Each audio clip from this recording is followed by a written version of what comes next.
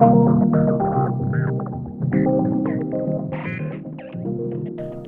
10 minutes I would like to tell you what AFE Firmware is about, what it is for, and why in the majority of cases I don't use software supplied with devices for so-called smart homes.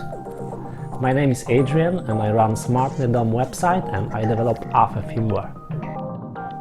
AFE Firmware is software for ESP8266 and ESP8285 chip as well, which is another version of the ESP family, but this one has limited memory of up to 1 MB, but with an advantage of a bit smaller size. AFE Firmware also supports ESP32, which is more powerful unit than the two just mentioned by me. All these units are pretty common in commercial products such as wireless switches, wirelessly controlled multicolor bulbs, or such kind of a smart sockets as this one, which when plugged in to a standard power supply socket allows you to turn on and off the device, the hardware connected to it from anywhere in the world if only you have access to the internet. There are a lot of such devices on the market nowadays and almost every day something new is released. ESP is relatively cheap, such almost naked ESP8266 here I'm showing you is around $2, €2. You have to pay like $4, €4 for more, let's say, advanced or equipped boards like those over here that are built on ESP chip. Today you can find many interesting projects on the internet, and with their help assembling your own device with these units is almost like playing with the blocks from one well-known Danish company. Okay, I exaggerated a bit with Lego blocks. A soldering iron will come in handy. Why am I not using out-of-the-box software supplied with smart devices? Well, often devices and its software means limited functionality, or it is necessary to use only one range of products, a set of products from one brand.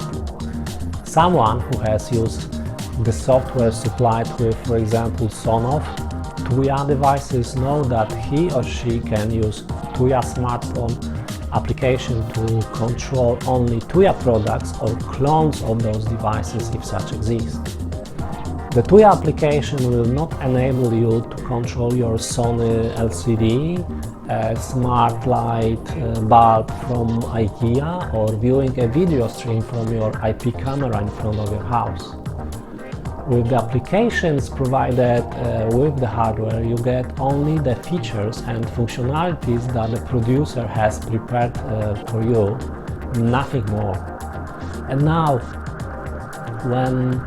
when you collect over time many of those smart devices, it will come out that it is necessary to have several applications to control various devices in your home.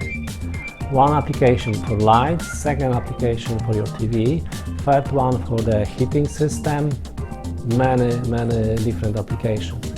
You are beginning to realize that devices from different manufacturers do not talk with each other, and they cannot all be controlled as one system. Believe me, it is really annoying and discouraging after some time.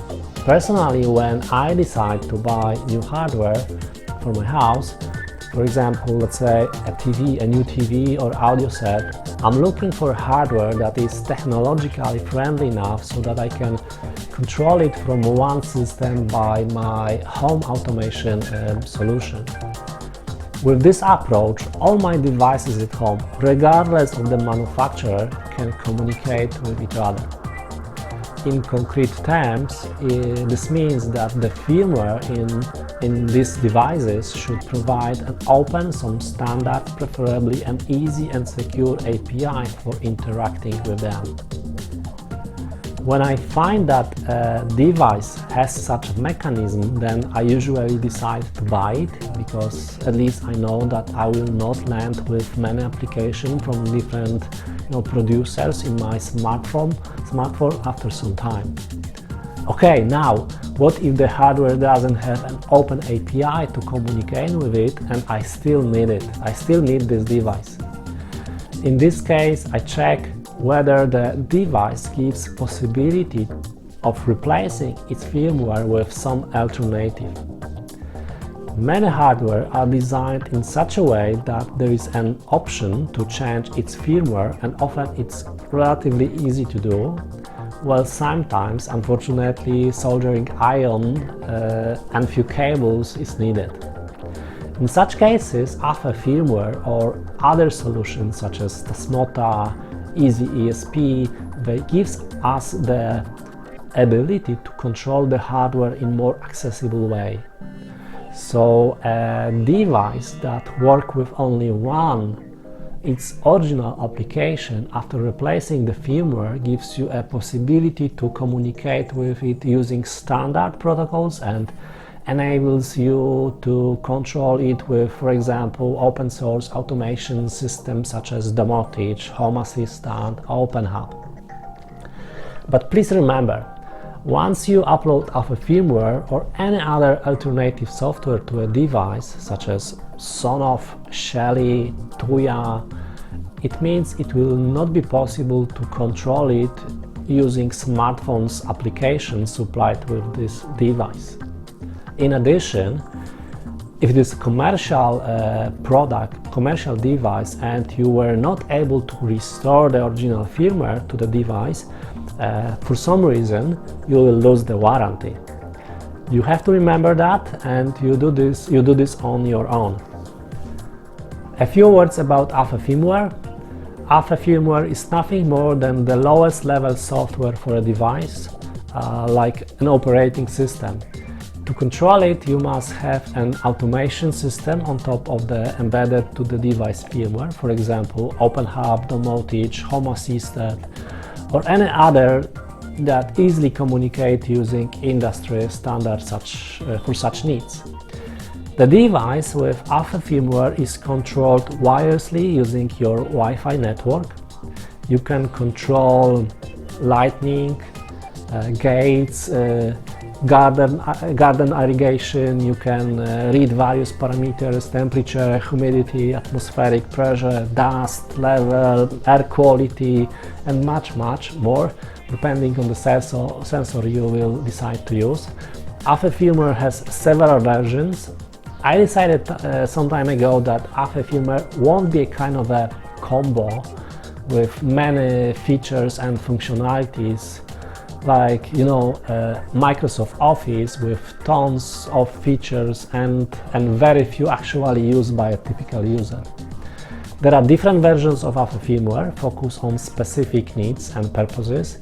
I distinguish AFE firmware versions by T0, T1, T2 and so on abbreviations. T0 is a basic version that supports up to 4 relays, 5 buttons and LEDs. T1 also supports DS18B20 temperature sensor, and for example T5 is a version dedicated to control gates and wickets. When creating this software, I try to make it as user-friendly, simple for configuration and usage as possible. I must say that a subject of this type of units for a non-techie person is not super easy.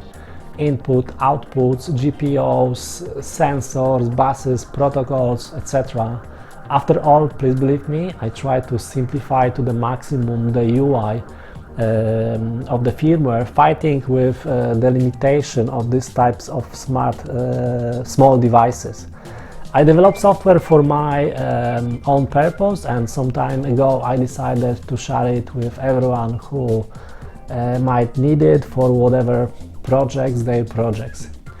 The software is open source and the code can be downloaded from the GitHub. Alright, that would be all in this video.